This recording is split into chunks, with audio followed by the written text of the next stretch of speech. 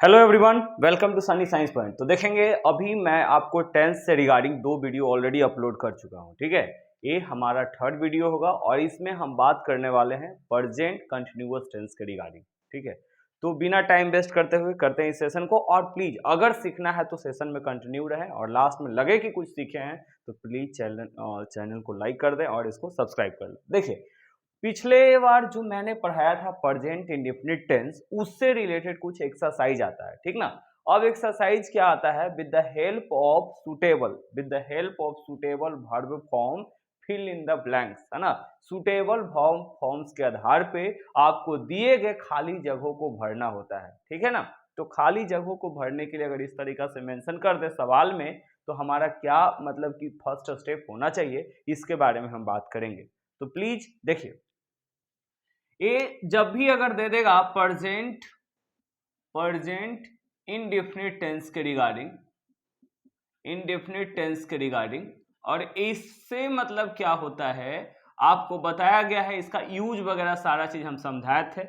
Hobbies, wishes, likeness and dislike, है ना। Likeness and dislike. इसके बाद इसमें और क्या रिप्रेजेंट करता है, तो इसमें बताता था यूनिवर्सल ट्रूथ। ये सारा चीज मैंने कल के वीडियो में बताया है। अगर आप नहीं देखे हैं, नए हैं, तो जाकर के पहले उसको देखिए, इसके बाद देखिएगा। ठीक है ना।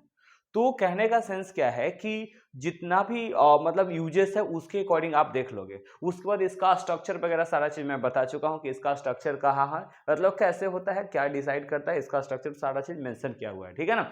आपके तो इसमें देखिए, सबसे पहली बात क्या है, प्रेजेंट इंडेफिनिट टेंस में आपको स्ट्रक्चर पता है कि अगर अफर्मेटिव सेंटेंस के बारे में बात करेगा बाबू, तो यहाँ पे होता है सब्जेक्ट प्लस V1 और V5 प्लस ऑब्जेक्ट, है ना। यही तो पढ़े हैं आप। और किसके लिए पढ़े हैं आप, अफर्मेटिव सेंटेंस के लिए। अफर्मेटिव सेंटेंस के लिए, अफर्मेटिव सेंटेंस के लिए आपने पढ़ा है बाबू। तो जब अफर्मेटिव सेंटेंस के रिगार्डिंग आपको ये इंफॉर्मेशन है, देन यहाँ पे आप देखोगे कि क्या फॉलो कर रहा है। तो देखो, सब्जेक्ट में यहाँ पे क्या होता है, सब्जेक्ट का मतलब क्या होता है, एक और क्लियर कर देता है। सब्जेक्ट थोड़ा सा बता दे। देखो, सब्जेक्ट क्या होता है, डूअर ऑफ एक्शन वर्ड, है ना। Doer of action word, action word, है ना। एक्शन वर्ड, ये जो डूअर होता है एक्शन वर्ड का, वही सब्जेक्ट कहलाता है, कर्ता कहलाता है। और वर्ब जो होता है वो ऑलरेडी बता दिए हैं, द एक्शन वर्ड। और ये तीन तरह से क्लासिफिकेशन मैं बता चुका हूं पहले वाले वीडियो में, ट्रांजिटिव, इनट्रांजिटिव, ऑक्सिलरी, है ना। और उसी का दूसरा नाम होता है हेल्पिंग वर्ब। और ये जो ऑक्सिलरी वर्ब है उसको दो भाग में, प्राइमरी और मॉडल्स में, okay, primary, auxiliary and models verb में बांटते हैं। चलिए आइए, तो subject doer of action word, जो एक्शन वर्ड को परफॉर्म करता है उसे हम सब्जेक्ट कहते हैं। और ये जो सब्जेक्ट है, इट कैन बी नाउन, ठीक है ना, it can be pronoun, it may be verb, ठीक है ना। ये नाउन हो सकता है, प्रोनाउन हो सकता है, वर्ब हो सकता है। जैसे सपोज डेट, नाउन कैसे है बाबू, तो देखिए, अगर किसी नाम को यहां पे लिखेगा, जैसे राम ईट्स मैंगो, ठीक है ना, राम ईट्स मैंगो, इसका मतलब राम आम खाता है। अब यहाँ पे लॉजिक समझो बाबू, जो राम जो है यहाँ पे ये नाउन है।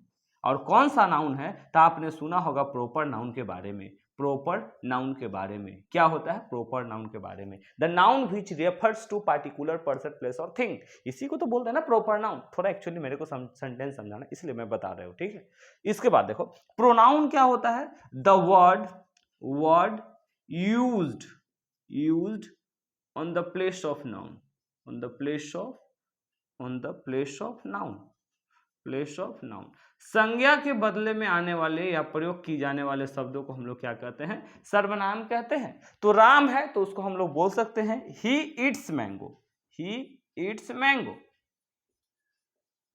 है ना, वह आम खाता है, ठीक है, ही ईट्स मैंगो, वह आम खाता है। इसका मतलब क्या हुआ कि जो भी बता रहा है, राम के बदले ही का प्रयोग किया गया। ठीक है, उसी तरीका से वर्ब का फॉर्म हो जाता है, raining is good for health, studying is important for life, है ना। पढ़ना तो, अध्ययन करना तो जीवन के लिए बहुत ज्यादा जरूरी है ना, बिना शिक्षा के क्या होने वाला है। ठीक है, तो आई थिंक आपको सब्जेक्ट समझ में आ गया। चलो देखो यहाँ पे, सब्जेक्ट के आधार पे इसका सवाल करोगे और इसका करेक्ट फॉर्म 2 को मैं बताऊंगा, 1 को आपको कमेंट करना है। प्लीज कमेंट करो, तभी समझ में आएगा ना कि हाँ, कमेंट करके बताइएगा कि इसमें क्या भराएगा, इसका क्या भराएगा फिल इन द ब्लैंक्स में। The earth dash around the sun, ये आपको कमेंट करना। अभी करो, वीडियो रोको, पॉज करो, कमेंट करो, पॉज करो, कमेंट करो। ओके चलो देखो, माई फ्रेंड खाली डैश मी, तो देखो अगर माई फ्रेंड डैश मी, यहां पे क्या है, प्रेजेंट इंडेफिनिट फॉर्म में आपको बोल रहा है भरने के लिए, तो यहां पे आप क्या करोगे, देखो हेल्प है तो माई फ्रेंड है, तो माई फ्रेंड हो गया, ए सिंगुलर को रिप्रेजेंट कर रहा है, तो यहां हेल्प की जगह क्या हो जाएगा, हेल्प्स मी। ठीक है, मेरा दोस्त मदद करता है।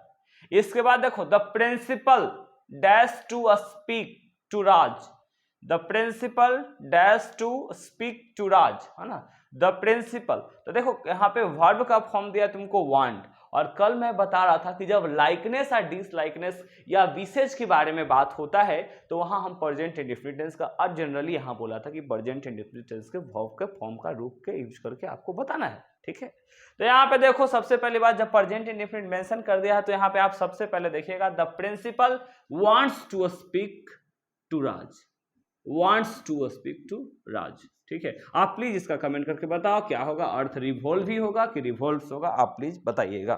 ठीक है, चलिए आज के सेशन को शुरुआत करते हैं। आज का सेशन है हमारा प्रेजेंट कंटिन्यूअस टेंस, ये आई थिंक आपको एकदम क्लियर हो गया होगा। चलो देखो, प्रेजेंट कंटिन्यूअस टेंस क्या होता है इसके बारे में हम जानकारी प्राप्त करेंगे। देखो कंटिन्यूअस, कंटिन्यूअस का मतलब होता है जारी होना, लगातार, जैसे कि मैं पढ़ा रहा हूं, वह खा रहा है ना, एकदम मार के टांग चिबैले है, बहुत देर से खा रहा है, 2-3 घंटा से खा रहा है। ठीक है, इसका मतलब क्या होता है कि जब action continue, the type of tense which is used to express the action which is going at the moment of speaking, जो मोमेंट अभी हम बोल रहे हैं वो मोमेंट अभी चल रहा है, यानी कंटिन्यूटी ऑफ द एक्शन लग रहा है। ठीक है ना, एग्जैक्ट उस एक्शन को भी रिप्रेजेंट करता है जो एग्जैक्टली मोमेंट पे नहीं है, बट वो विद इन फ्यू डेज या कुछ समय से अंतर में ही उसका डाटा मिला है तब। ठीक है, आप देखोगे कंटिन्यूअस टेंस के बारे में, तो कंटिन्यूअस टेंस में सबसे पहले इसके बारे में भी बात कीजिएगा, तो आज इसका जनरल स्ट्रक्चर के बारे में बात करते हैं। और इसका जब स्ट्रक्चर के बारे में हम बात करेंगे, इसका स्ट्रक्चर्स के बारे में हम बात करेंगे, तो सबसे पहले बात यहाँ पे आती है अफर्मेटिव सेंटेंस का, अफर्मेटिव सेंटेंस का, अफर्मेटिव सेंटेंस यानी कि सकारात्मक वाक्य। अफर्मेटिव सेंटेंस में क्या होता है बाबू, यहाँ पे simply subject plus is are am plus, है ना, क्या लगेगा, वर्ब 1, और क्या करता है लोग, है ना, वर्ब का चौथा रूप लगा देता है। देखो वर्ब 1 प्लस आईएनजी, आईएनजी, ठीक है ना, या इसी को पूरा को रिप्लेस करके क्या डाला जाता है, वर्ब का फोर्थ रूप प्लस ऑब्जेक्ट, यही है। ठीक है, ईज आर एम कहाँ लगेगा, किसके साथ लगेगा, इसके बारे में समझिए। आप पढ़े होंगे बचपन में एक टेबल, याद है, इस तरीका से कुछ टेबल पढ़ा होगा तुम, और इधर वाला होता है सिंगुलर, इधर होता है हमारा plural, plural, okay, and something like this. Okay चलिए, अब यहाँ पे आपका होता है बाबू फर्स्ट पर्सन, यहाँ होता है हमारा सेकेंड पर्सन, यहाँ होता है हमारा थर्ड पर्सन। तो आई है, आई के साथ हेल्पिंग वर्ब एम का प्रयोग करते हैं, बी के साथ आर का प्रयोग करते हैं, यू के साथ भी आर का प्रयोग करते हैं, इधर भी यू होता है, इसके साथ भी आर का प्रयोग होता है। इसके बाद ही, सी, इट और नेम, और यहाँ पे हम लोग ईज का प्रयोग करते हैं बाबू। इसके बाद जहां दे आता है यहाँ पे हम लोग आर का प्रयोग करते हैं।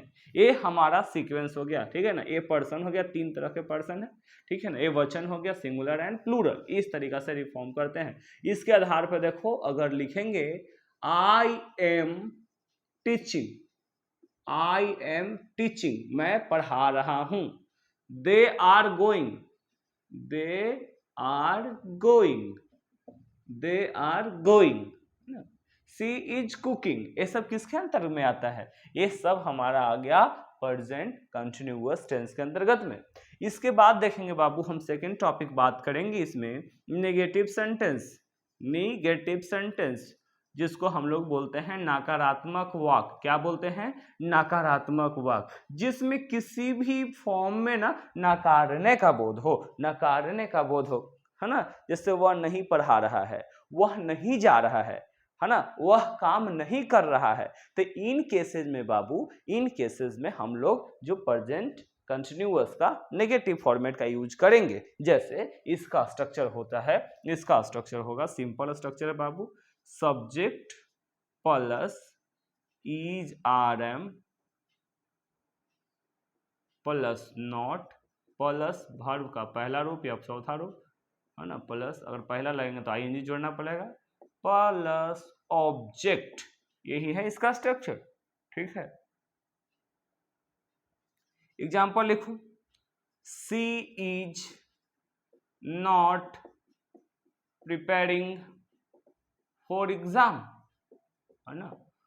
सी is not preparing for exam, वह एग्जाम का तैयारी नहीं कर रही है ना। एग्जाम है सर पे, अभी उसको मेहंदी सूझ रहा है ना, मेहंदी लगा रही है, समझ में आ रहा है। तो इसका मतलब क्या है, नेगेटिव सेंटेंस में, है ना, नकारात्मक बोध करवाता है। ये बता रहा है she is not preparing for exam, वह एग्जाम का प्रिपरेशन नहीं कर रही है, वो एग्जाम का तैयारी नहीं कर रही है। She is not preparing for exam. Okay, I think you are getting. Okay, चलिए, वेरी गुड। चलो देखो, तो she is not preparing for exam, we are not planning, we are not planning for tour, हम लोग tour का plan नहीं कर रहे हैं, है ना। हमको टूर जाना ना नेक्स्ट मंथ में अमेरिका, ठीक है, मजाक कर रहे हैं। जैसे मान लो कि बताया टूर का प्लान किए हम, ठीक है ना, अयोध्या जी जाने का सोच रहे हैं, समझ में आ रहा है। तो ये जो टूर का प्लानिंग वगैरह, ठीक है ना, ये नहीं कर रहे। चलो आ जाओ। इसके बाद आता है हमारा interrogative sentence. Interrogative sentence, interrogative sentence, है ना, जिसे हम बोलते हैं प्रश्नवाचक वाक्य। इसे हम क्या बोलते हैं? प्रश्नवाचक वाक्य, जहां क्वेश्चन पूछने का बोध कराता है, ठीक है ना। जैसे क्या वह पढ़ा रहा है, क्या तुम खा रहे हो, है ना, क्या वह जा रहा है, इस तरीका से जब बोध कराता है तो यहाँ पे हम लोग इंटरोगेटिव सेंटेंस का स्ट्रक्चर फॉलो करेंगे। और इसमें हो जाता है सबसे पहला is are am plus subject plus verb का पहला रूप प्लस आईएनजी प्लस ऑब्जेक्ट, और पिछुतिया में क्वेश्चन मार्क देना मत भूलिएगा, ये क्वेश्चन मार्क जरूरी है बाबू। और इसका जो स्ट्रक्चर, जैसे एग्जांपल ले लीजिए, है ना, क्या मैं पढ़ा रहा हूं, तो यहाँ क्या मैं है, तो मैं के साथ एम, तो एम हेल्पिंग वर्ब आगे लिखो, तो am I teaching, am I teaching English, am I teaching English, क्या मैं अंग्रेजी पढ़ा रहा हूं।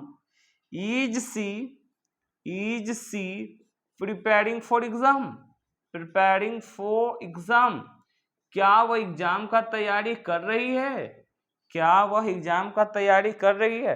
तो ये सारा जब बोध करवा रहा है, ये सब हमारा इंटरोगेटिव सेंटेंस में आ जाता है। इसके बाद आता है बाबू interrogative negative, interrogative plus negative, interrogative plus negative, प्रश्न भी पूछेगा, नकारेगा भी, ठीक है।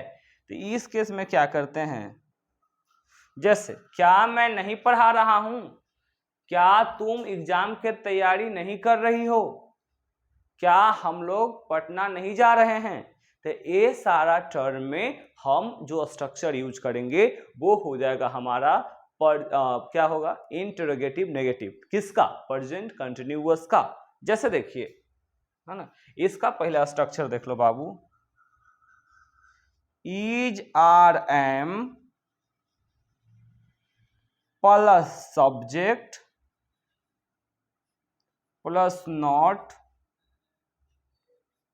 Plus verb one plus ING plus object plus question mark, ये इसका स्ट्रक्चर होता है। एग्जाम्पल इसको देखें, जैसे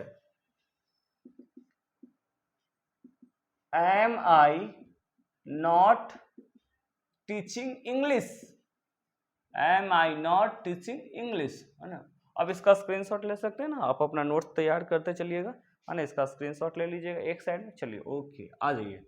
am I not teaching English, क्या मैं अंग्रेजी नहीं पढ़ा रहा हूं? Is she not going there, is she not going there, क्या वह वहां नहीं जा रही है? Is she not going there, क्या वह वहां नहीं जा रही है?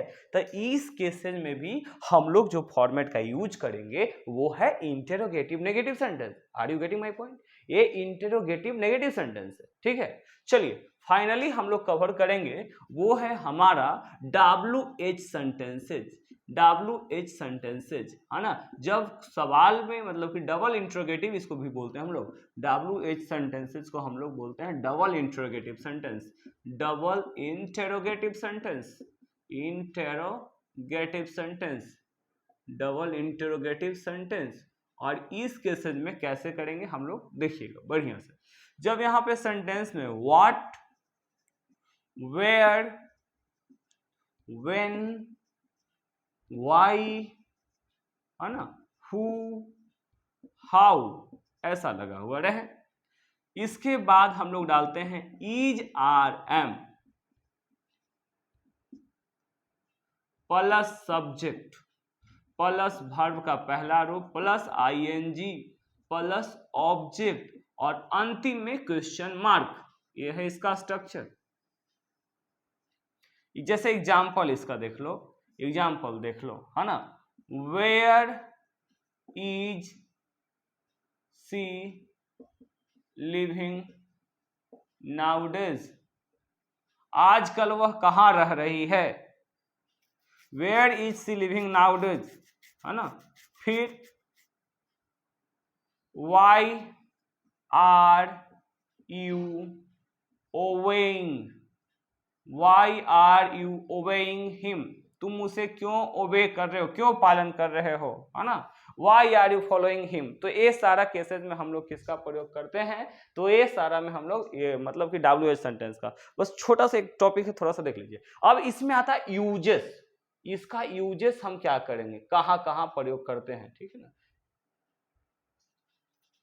ठीक है, इसका यूज कहां कहां करते हैं इसके बारे में हम लोग समझेंगे। देखो प्रेजेंट कंटिन्यूअस टेंस किसको रेफर करता है? तो it is used to express, it is used to express, express the action, the action, action performed at the time of, या action performing at the time of, या at the moment of speaking, at the moment of speaking, जिस समय हम कुछ बोल रहे हैं, जब हम कुछ बोल रहे हैं, जैसे मैं अभी अंग्रेजी पढ़ा रहा हूं, तो मोमेंट ऑफ स्पीकिंग है, तो इस समय हम प्रेजेंट कंटिन्यूअस टेंस का यूज करेंगे। लेकिन इसका यूज हम लोग उस एक्शन में भी करते हैं जो पहले परफॉर्म हो चुका है, ठीक है ना, पहले वाला परफॉर्म हो चुका है।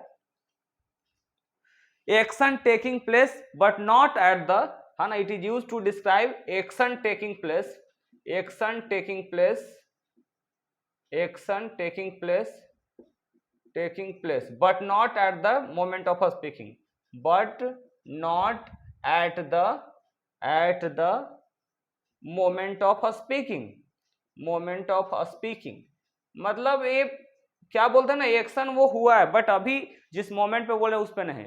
जैसे बोलते हैं ना, I am living in Masaurhi nowadays, example, I am living in Masaurhi nowadays, Masaurhi nowadays, है ना, आजकल हम मसौढ़ी में रह रहे हैं, नाउअडेज, ठीक है ना, आजकल हम मसौढ़ी में रह रहे हैं। तो इस केस में भी हम लोग प्रेजेंट कंटिन्यूअस टेंस का ही प्रयोग करते हैं, ठीक है ना, इस टेंस में भी हम लोग प्रेजेंट कंटिन्यूअस टेंस का प्रयोग करते हैं। फिर क्या करता है, it is used to describe temporary situation, used to describe temporary situation, temporary situation, temporary situation जैसे बता सकते हैं, है ना, टेम्पोररी सिचुएशन में बता सकते हैं।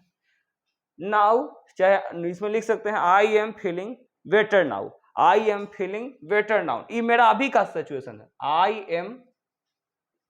I am feeling better now, अभी हम अच्छा महसूस कर रहे हैं, अभी हम अच्छा महसूस कर रहे हैं, है ना। कारण क्या है आप बताइएगा, ठीक है ना। अब देखिए इस पे एक और यूजेस है, आप अपना कमेंट करिएगा कौन सा यूजेस है और कैसा आपको समझ में आया कि नहीं, प्लीज बताइएगा, है ना। इसका भी स्क्रीनशॉट लेकर के नोट्स तैयार कर सकते हैं। देखो बताया ना, ईरर एंड ओमिशन से सवाल आएगा, वर्ब का करेक्ट फॉर्म यूज करने के लिए आएगा, तो प्लीज, है ना, ये सब सवाल छूटना नहीं चाहिए। और क्लास 10th वाले बच्चे या 9th वाले बच्चे, आपका लिमिटेड ग्रामर का पोर्शन दिया हुआ रहता है, तो I hope you are going to work hard over it, है ना। ये टेंस का अगर हो गया तो सेंटेंस बनाने के लिए जान जाएंगे, सेंटेंस बनाने के लिए जान जाएंगे तो जितना भी लिटरेचर वगैरह होता है, क्योंकि एवरेज मार्किंग से रिलेटेड ना स्कोरिंग सब्जेक्ट होता है ना, उसमें सब्जेक्ट में अगर मार्क्स वगैरह आ जाता है तो लेवल बढ़ा देता है, परसेंटेज बढ़ा देता है। तो please if I am working for you then it's your responsibility to work over yourself. Okay, that's all. मिलेंगे नेक्स्ट वीडियो में, तब तक के लिए बाय।